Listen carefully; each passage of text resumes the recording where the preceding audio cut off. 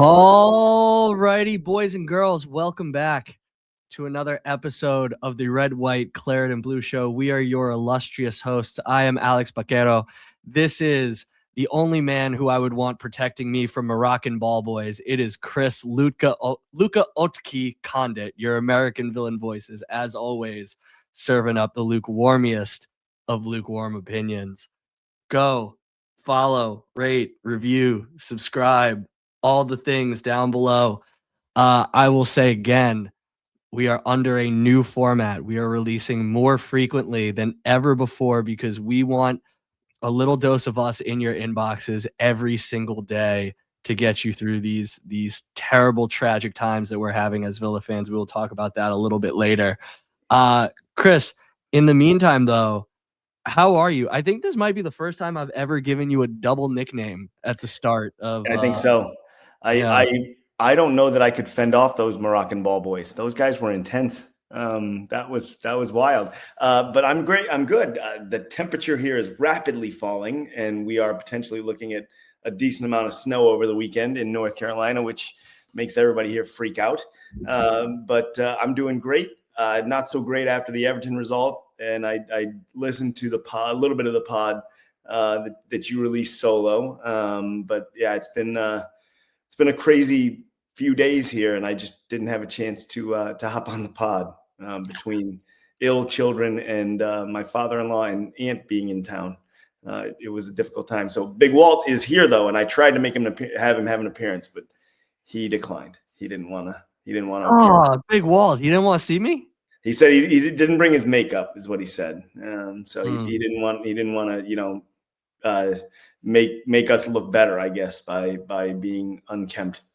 Yeah, I look haggard as I get into the final throes of planning here. I learned Georgian for your nickname today. Otki, 4 in Georgian. I like that. Yeah.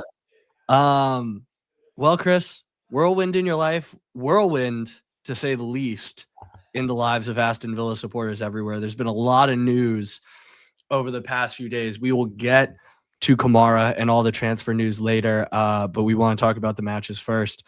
We are here to discuss our Fenerbahce preview, but Chris, as you said, in case anyone missed my episode from yesterday, I was solo doing an Everton recap pod, so I wanted to give you a moment. Is there anything that I did not cover, or just that you feel particularly pressing about the Everton match that you wanted to discuss quickly for the people? I mean, you mentioned the struggles of Morgan Rogers. I thought he had a bad game. I texted you during the game that I don't think he's put a shot within 20 yards of the target at one point. It was a disappointing result. I'm not happy about it. It was a game that Villa needed to win to keep up the title charge. I liked what Unai Emery said in the post, where he talked about the team was not a top 5 challenger because contender was the word that he used. What's that? Contender was the word. Contender, yeah. Right. Yeah. They didn't look like it. They didn't play like it, and I don't think it's a bad thing to challenge your players. Now, I will say that game was screaming out for a Daniel Malen, and he's not available, and we'll get to the changes. And never will be. That are coming. But so the squad right now is super thin, and it's showing. And some changes need to be made. But no, unhappy with the result. Unhappy with the way they played. Virtually everybody had a pretty bad game on the whole, and just very, very poor in front of the goal and in the final third. Yeah, I think that's a very fair assessment. And so from one bad performance to another, let's talk about Fenerbahce. We haven't gotten there yet. So, Chris, a little bit about Fenerbahce this year. So far, they are second in Turkey, just 1 point back of Galatasaray, and 12th in the Europa League, 4 points back of Aston Villa. As we looked into them, you and I were talking about this in the pre-pod a little bit. My God, do they like to attack? So in the league, they're averaging over 2.3 goals per match. I think they have something like 40 some odd in 18 games or so. They shoot 42. a ton, Yep. 18 per game, 21 when they're at home. They've got over a goal per game in the Europa League, 9-6. They still continue to shoot 15 shots a game. And like you astutely pointed out, they dominate the ball, 50 plus, 60 plus percent possession in every single one. And all this stuff goes up at home like you would expect. So, in terms of style of play, how do they maintain this stranglehold on their opposition? They play 4-2-3-1, a very dynamic attacking play. Lots of short, intricate passes. I won't say that they're positionless like Barcelona, but they are moving the ball up with a lot of more short passes. Um, Very aggressive defensively. They put in a lot of challenges and they know how to lock down their box. So when you look at where they're letting their opposition shoot from, it is most often from outside the box. Thankfully, that's good for Villa. Unfortunately for Villa, they play a lot the same way and they like to shoot from outside the box too. It looks like they like to shoot from everywhere. That's fair. It's it's impressive to see, and I realize that the Super League is not necessarily the Premier League, but like they look a very strong side, and it's certainly going to be a difficult game away from home. And even if they were coming to Villa Park, it would be a difficult game. I foresee a struggle for Villa in this one, and I think that Fenerbahce have a lot of very talented players that can put the ball in the back of the net. And given the way we've seen Villa playing lately, I'm not hyper confident that they're going to be able to keep them out, and that Villa will be able to garner the response or gather the response that's going to be necessary, because I don't see a way this game ends without goals from Fenerbahce, especially. So I'm concerned. Yeah, I feel like the age old trope is Premier League team in Europe, the opposition, particularly from a we'll call it a secondary league, is gonna cave over, right? We talked a couple years ago in the Conference League about um the idea that they were just going to roll over in France and kind of concede the ball to Aston Villa. And we said, no, this is a team that likes to attack and they're probably going to go for it. And we were right. This is another one where I absolutely expect Fener to have a go, try and impose their will on this game, not only just because that's how they seem to play regardless of opponent, but also because they're looking at that Aston Villa squad and seeing probably a pretty wounded animal. The only other thing that I forgot to mention in how they play as well, the one thing that does work well for Aston Villa is that defensively, Fener seem to try to funnel the opposition towards the middle. Like I said, they pack that box really well. And so I think they try and discourage the wing play, get them in where they're strong and defend that way. That's obviously where Villa want to go on their own. So, they're kind of pushing Villa to where Villa are strongest as well. So maybe that's something that can work in our favor. Yeah, it could. And with the return of Leon Bailey, is he able to play in this game? I didn't check that before we got on the pod here. I believe he is. I did see on Twitter that he should be eligible to play. Yeah. So I put him in there, and let's go. Just bring the band back together. He can't be any worse than Gasson, right? I do want to see him create the width that he can bring. Where we talked about it a million times, where he just puts his outside foot on the touchline and stays there until he drives the ball virtually to the end line to then bring it back across goal most of the time when he was playing with Villa. Two things that Leon Bailey will bring that I think Villa are in sore need of: width and leadership. Particularly with John McGinn out, you're looking for someone to step in. Leon Bailey, obviously having the European experience, many years, being one of the calmer heads in our Conference League journey, someone that Unai consistently turned to last year in the Champions League as well, regardless of how his performances were going. I think a testament to the leadership that he brings on the pitch. So yeah, I absolutely would get him involved. He knows the system. He knows the players. He was just here. It's not like there's any acclimatization period that we need to worry about. I think if he's in the squad, he's staying for the second half of the season. If he's not in the squad, it probably means that he's immediately going back out on loan or on a sale somewhere. I did see that there was and I'm going to forget which team it was in Italy, but another Italian team, maybe Fiorentina, was willing to take on the terms of his loan from Roma. But honestly, Gasson being what Gasson is, McGinn potentially out for a really extended period of time, the way that knee injury looked, we don't have too many other players that can play on that wing. So I think we kind of need him for the next 5 months. I think we're going to kind of need a lot of players for the next 5 months, the That's way things fair. are shaping up injury wise. Well, And it's, yeah. sorry, I was going to say, before we get to Villa's players, let's talk about Fener's players, because we Sorry. skipped over a lot. Yeah. So Fenerbahce, we could call this the John Duran derby. We could call this the Marco Asensio derby. We could just call this the Premier League rejects derby. It was pretty interesting to look up and down their lineup at all the guys that have had some time in the EPL that are there now. So you've got Fred there. You've got Edson Alvarez there, formerly of West Ham, Ederson from Man City, Nelson Semedo of Wolves, Matteo Guendouzi of Arsenal, all there in addition to Asensio and John Duran. But what's most important when you kind of point out these different guys is how much Fenerbahce spread the goals around the team. So much like Aston Villa getting, let's say between 7 and 10 goals from a number of different guys, so do they.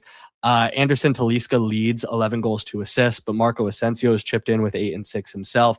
John Duran, only 6 appearances, 5 goal contributions, and 2 yellow cards.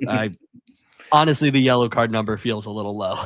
The most John Duran of stat lines, just shows up, scores bangers, and gets carded.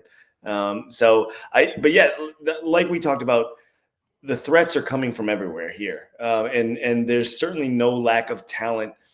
I mean, maybe you could call them rejects, like you did in one way, but like we saw the quality player that Asensio can be when he played here at Aston Villa. Obviously, we know the talent John Duran has. The other Premier Leaguers, some of them are a little bit older, but you have players that have been on stages like this or bigger than this in some cases. So the moment isn't going to be too big. The idea of Aston Villa coming and playing in their home stadium isn't going to feel like this, whoa, big time moment to them. So they're going to be able to, I think, manage the emotion of the affair more so than a team with less experienced players would. So that's something that beyond the physical attributes that we know these players have, and even like I said, some of the players that are a little older, you still know they've got the talent, they've got the mental makeup to understand the moment. Possible exception being John Duran. I love you, John, but we know who you are. This could be too big for him. We'll see. But he also could rip a goal from 38 yards out that never had a shot for the keeper, and that'll be the difference. I haven't been on social media this week really much to see what Villa fans have been talking about leading into this game. I can't imagine it's positive given what happened at Everton. But I hope that no one is going in here thinking like, oh yeah, we're just going to roll the balls out and win because it's Premier League versus Super League. And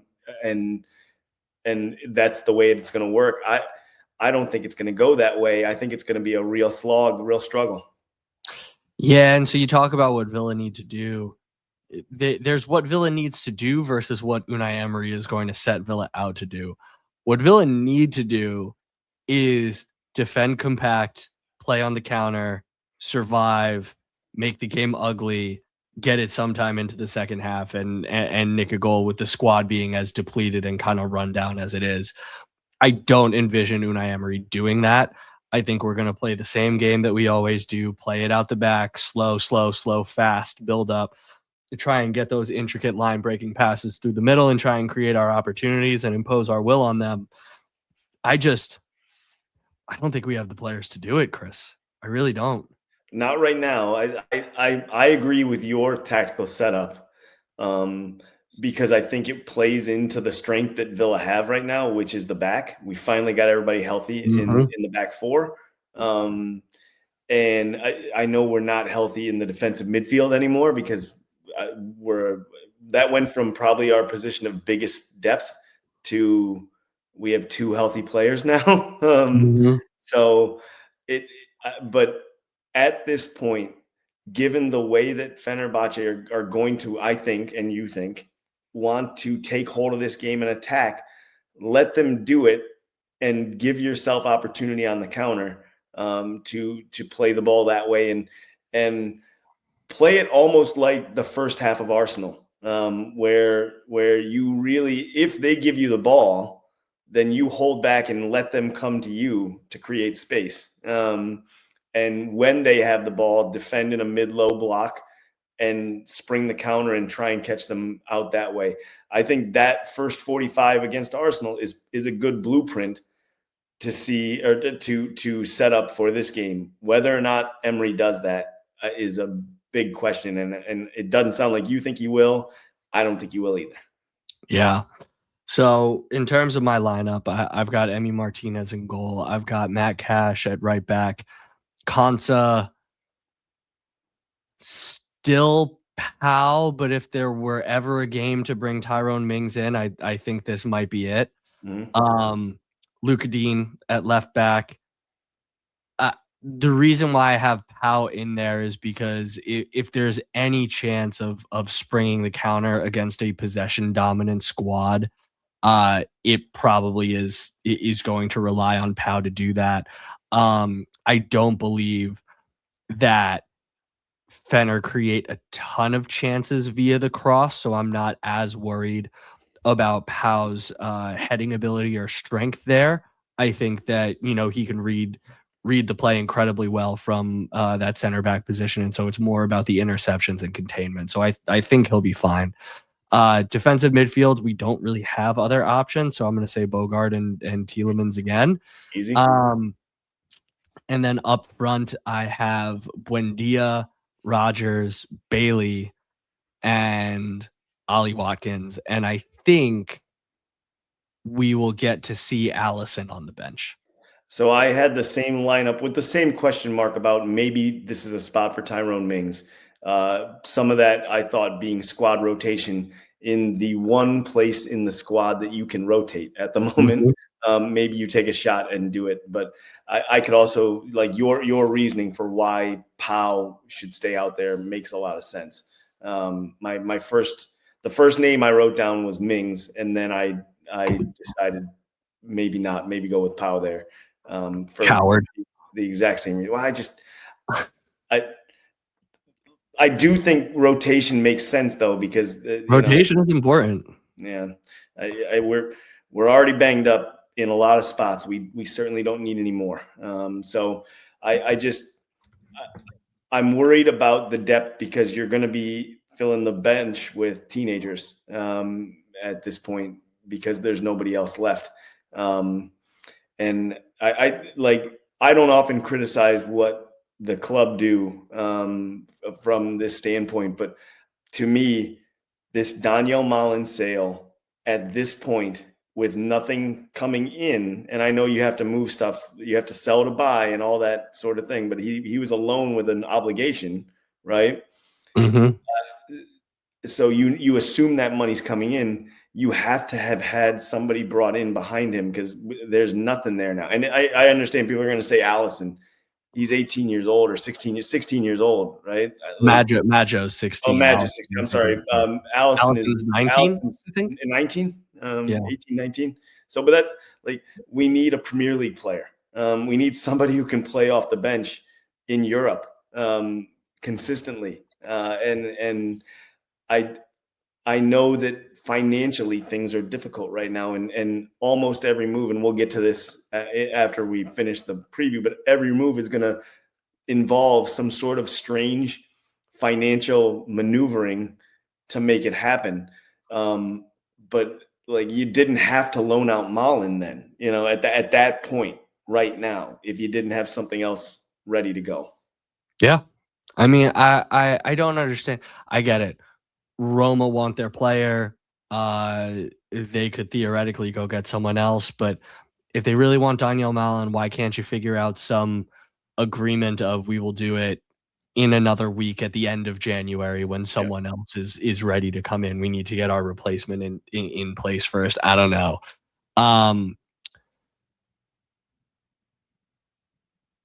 Oh, the only other thing that I was going to say on this one, Chris, but before we get to our predictions, is the other thing that probably does actually push me in favor of your idea of squad rotation is the fact that where Villa are at right now, yes, we want to finish top 2, obviously, but probably one more point gets us guaranteed top 8, just the way the fixtures kind of look.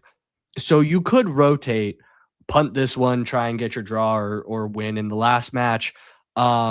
You could rotate and just play more defensive and try and keep this, 0-0, 1-1, and make sure that you kind of skip that playoff round because, with the way the squad is looking, we cannot handle 2 more games right now. We need that top 8.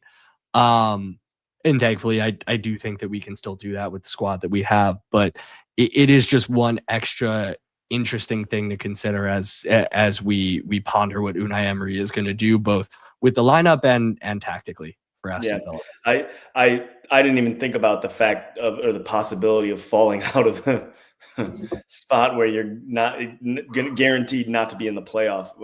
This team certainly does not need more games. That's the last thing that the squad needs at the moment. Yeah. So, Chris, what do you have for a score prediction? Well, funny you should ask, Alex. I came up with a new idea for the pod that I actually ran by Alex to make sure he wanted to do it, and he doesn't. So we're doing it anyway. Who said that? I'm just kidding. I inferred that you didn't. You bring me the bottle, I will drink it. So what we decided to do was for European nights, I would get a bottle of wine from the country where we are playing, or if it's a home game, the team, where they are based. However, like every great idea, we hit a bump in the road really early. Turkish wine, very difficult to come by in central North Carolina. And I looked multiple places and searched the internet. So Chris put more work into this than most of you put into your day jobs, by the way, locating Turkish wine. So you all better slide tackle into our DM, say you love this segment and you appreciate Chris's effort to this podcast. Well, thanks for talking me up, but long story short, I didn't get any Turkish wine. So we are in the neighboring country of Georgia. Not at all the same grapes. I want to say that based on my research into Turkish wine. But I at least wanted to be in the region here for our maiden voyage. So I'm going to sample this wine. And what we have here is Luca number 4. It's a dry red. Otki, Chris. Luca Otki. Otki? Is that? Yeah. Otki, I believe. Yes. Otki. Otki. All right, man. My Georgian is rusty. And by rusty, I mean non-existent. So what I'm going to do is I'm going to sample this wine. And the wine will tell me the score. It smells pretty good. I'm not gonna lie. That's okay. That's nice. Chris, what's the North Carolina retail price on this Luca Otki bottle? Actually, only $19.99. Okay, nice. Yeah, not bad. I would expect a solid sipper from that. It's dry. It's very dry. And Alex, I got to tell you, it's a little on the bitter side. A little bitter. That tells me 2-1 Fener. John Duran goal. Hold on. Let me.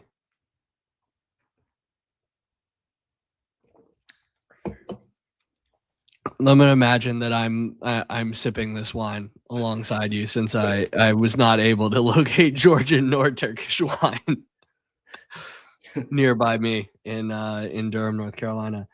I do not like Georgian grapes, Chris, and that's surprising because I typically do like a dry red, but I don't like Georgian grapes. It's tasting like 3-0 to Fenerbache with goals from both John Duran and Marco Asensio.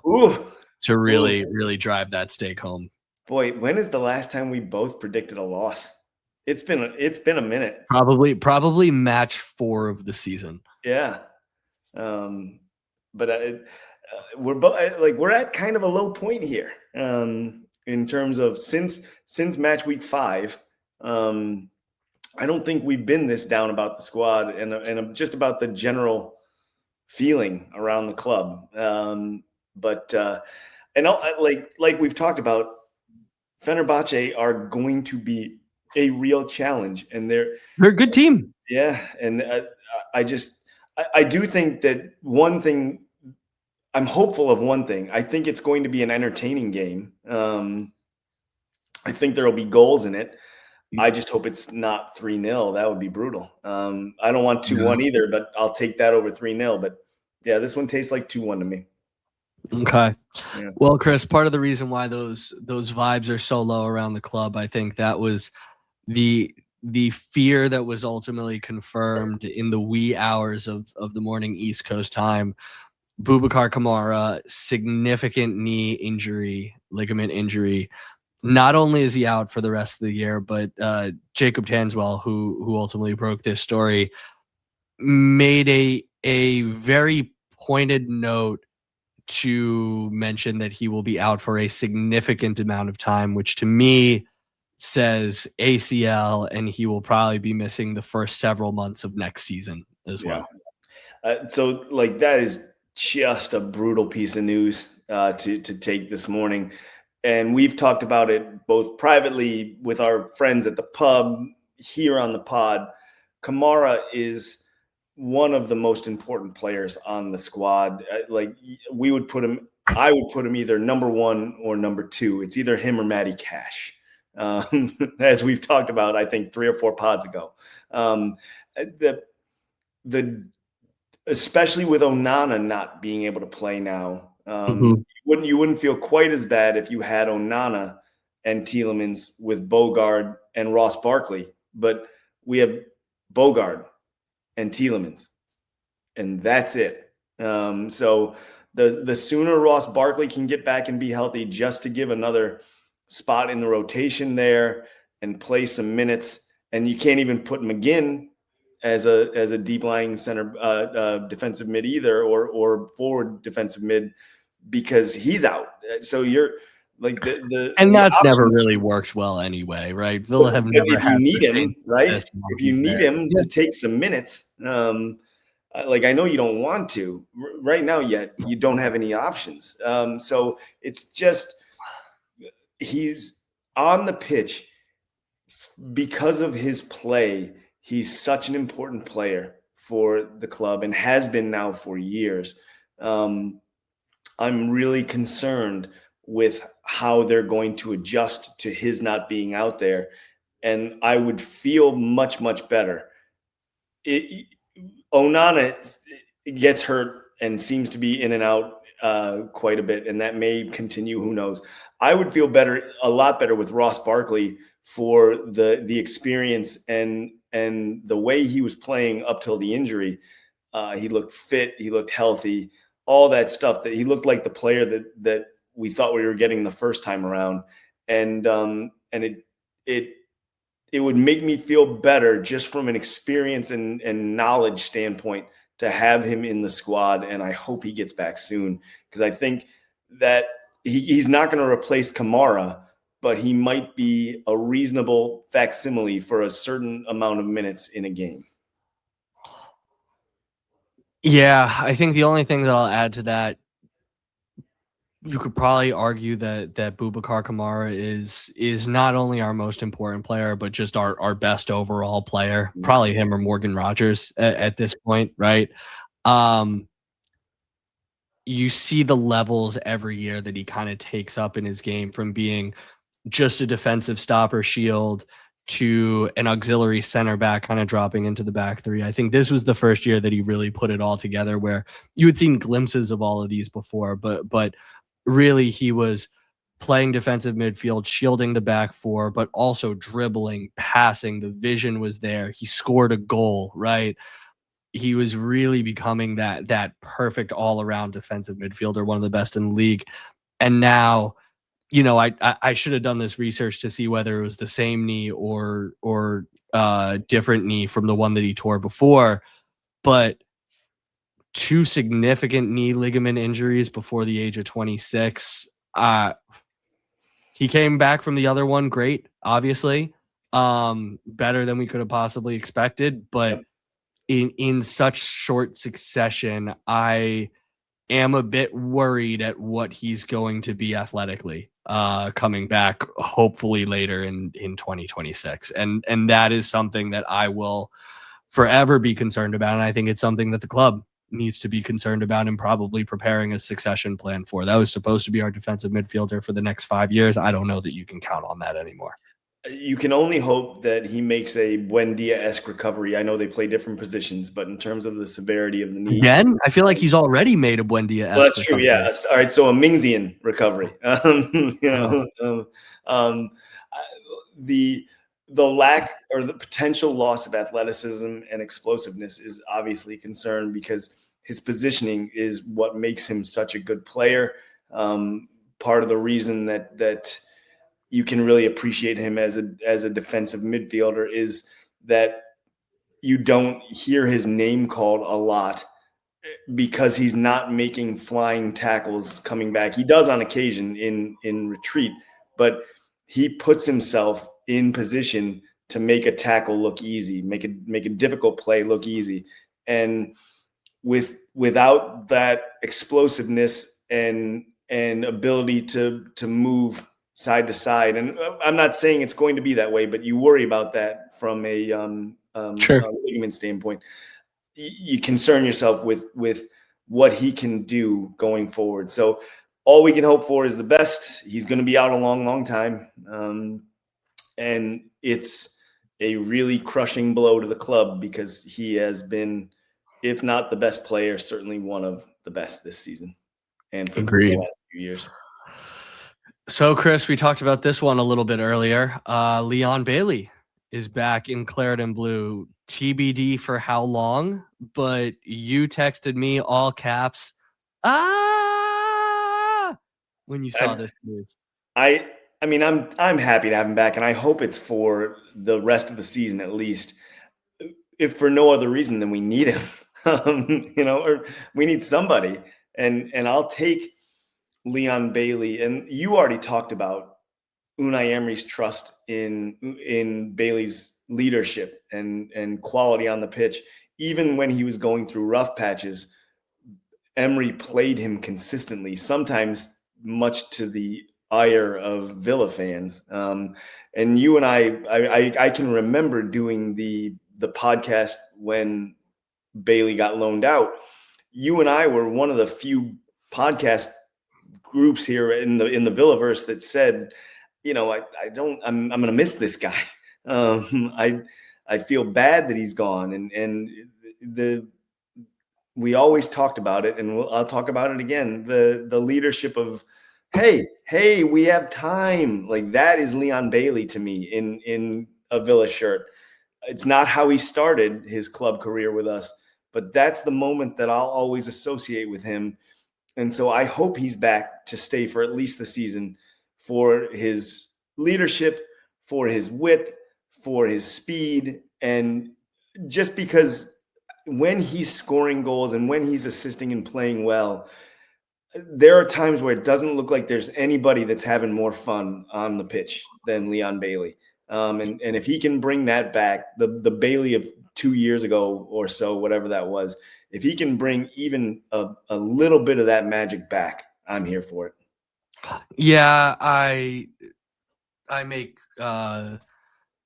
do not hide how much I love Leon Bailey. I do. Sometimes those guys come through that you just really, really connect with, the guys that really resonate with you. I just remember how much fun he was to watch a couple years ago. I also remember how much he clearly cared for the club, and knowing that his time here was ending at the end of last season, how much being in Villa Park that one last time meant for him.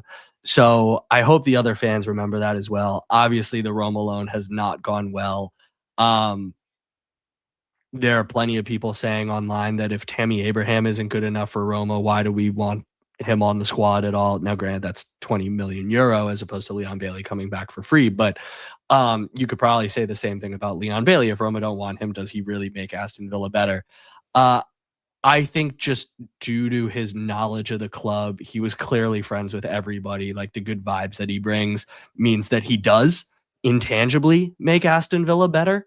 And so, I'm glad to have him. Like you said, I hope he sticks around for the next 4 or 5 months, even if it is just for a couple games here and there. Like, I will always be happy to see him warming up to come on the pitch. Yep. Agree. And so I just spoke about this one, Chris, Tammy Abraham. Maybe we should talk about these two in tandem because they do feel somewhat connected, right? So Tammy Abraham, because his obligation to buy was essentially triggered by Besiktas from Roma, we now need to negotiate a fee with them, even though Roma said this is fine.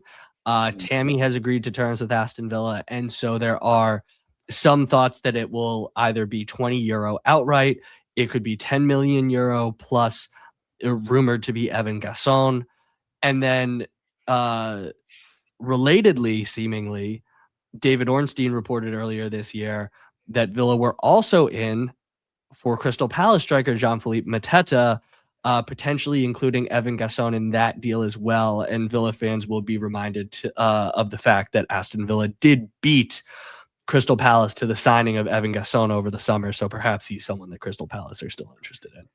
Yeah, if we're talking about the two players, I would, of the two, I would rather have Mateta. That's my thought. And as long as the fees are relatively similar, I don't know if they're going to be or not, but like 20 million euro to me, I love Tammy Abraham. Don't take this the wrong way. I have so many good memories of him in the championship. And more important than anything, like, we need play from our number 9, and we're not getting it right now. So if Abraham is the answer, then I don't care what the price is if he comes in and scores goals,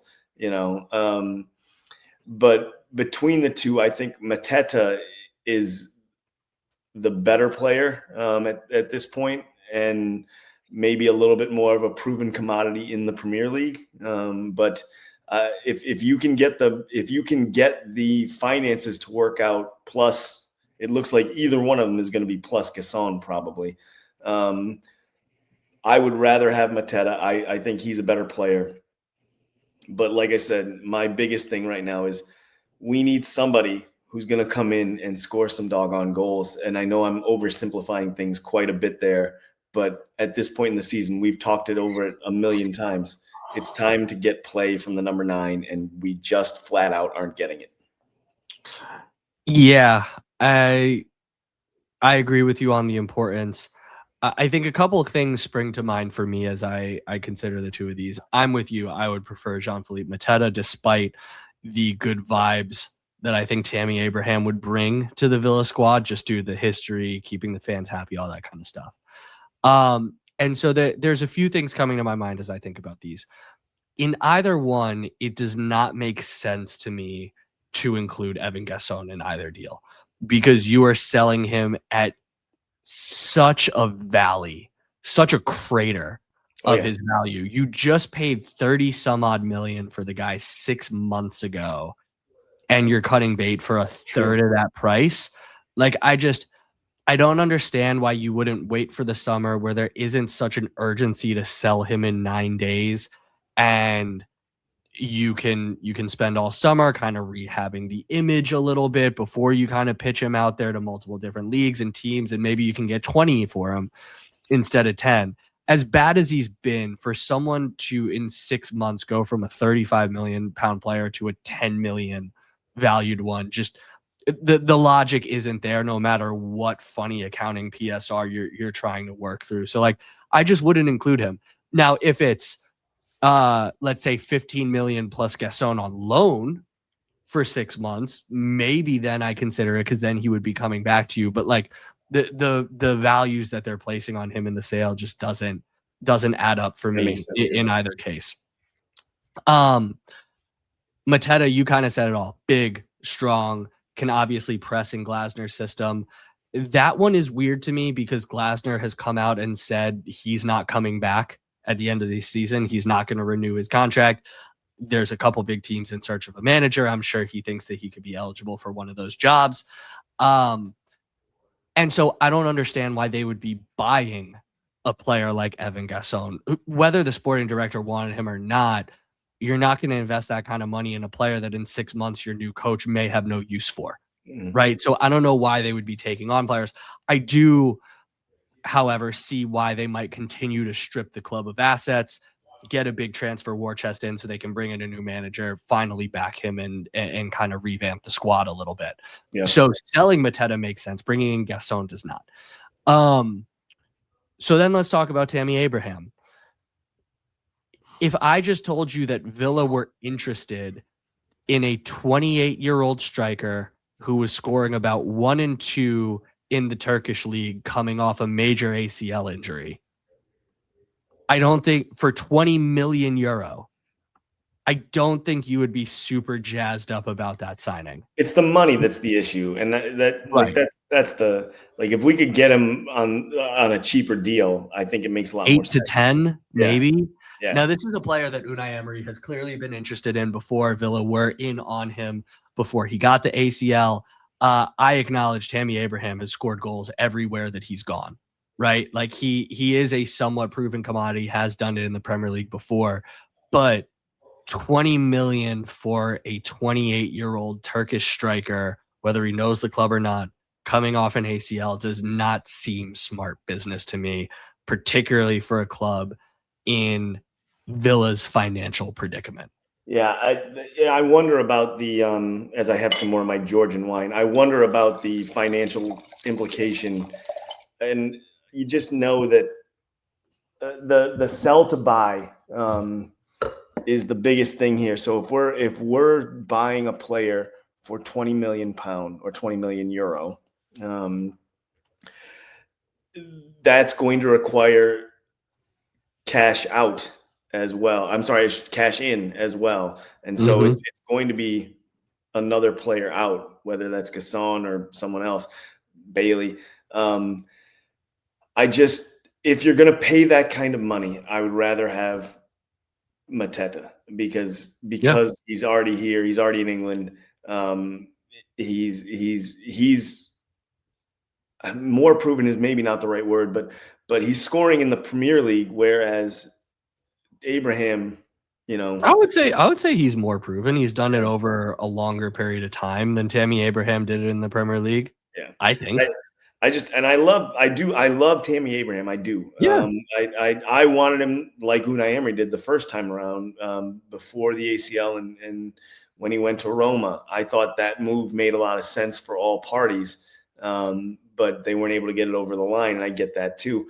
But I think at this point, if we're going to have that level of investment, it's got to be in somebody that we know is going to come in and score, because what the last thing the club needs is another striker who's going to struggle to score. And we certainly don't, nobody wants that, but in Villa's case, the way that things are financially, you can't afford to miss on this. You have to get a player that's going to produce. And the other problem with the sell to buy, by the way, is that Besiktas know that we just brought in 25 million euro, right? They know that we've got money to spend. If you negotiate with them 2 weeks ago before Malin goes out, they're talking to cash-strapped PSR confined Aston Villa. Right. Not 30 million to throw around Aston Villa. So that makes it a double whammy. So the timing was curious, right? As reports from Faber coming out saying that the Tammy Abraham deal is agreed but complicated and continues to advance. Ornstein says that Villa are sniffing around Mateta. You have to think that they're playing the two against each other. Yeah. Use Mateta to get Tammy's value down or vice versa. And that's why we want to talk about them together. But clearly Villa want a number 9 to compete with Ollie Watkins, potentially replace Ollie Watkins moving forward.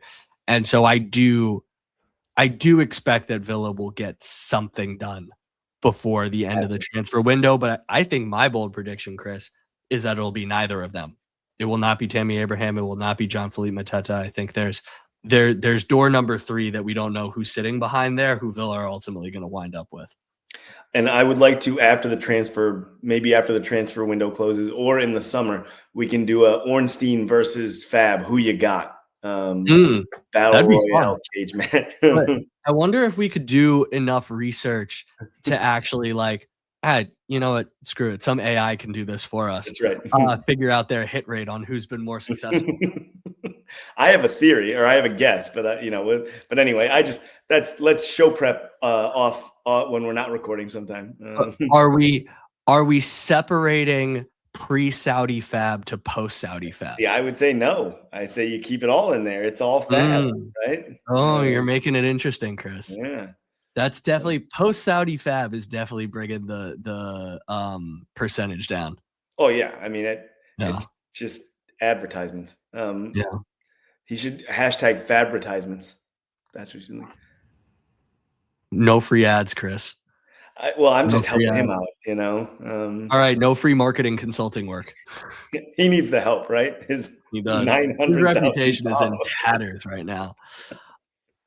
Oh God. Okay, Chris. We said we weren't going to do hour-long episodes, and here we are sitting at 57 minutes. So I think we got to get out of here for the people. Had we thought about this in advance, maybe we would have released the transfer roundup tomorrow as separate. But nope, it's all one pod. So here we are. Everybody, slide tackle into our DMs. Let us know if you like this new format, if you want us to break it up further. And no YouTube shout outs. I actually didn't see if anyone commented yet or not. But Big Walt did. Big Walt. Big Walt always. You know what? No, Big Walt, no more shout outs until you come on the pod yourself. I'm laying down that challenge. Well, with the snow, he might be stuck here, so we'll see. There we go. That would be a dream for all of us. All right, Chris. Well, big match on Thursday. Hopefully it goes better than you and I think. And then we've got a preview coming for Newcastle on Sunday, 9 a.m. So we'll be hopping on sometime later this week to talk about that, hopefully, assuming that I am still not technically a father. I'll do it if you have to jump out. Okay. I will talk to you soon, my friend. And as always, up the Villa. Up the Villa.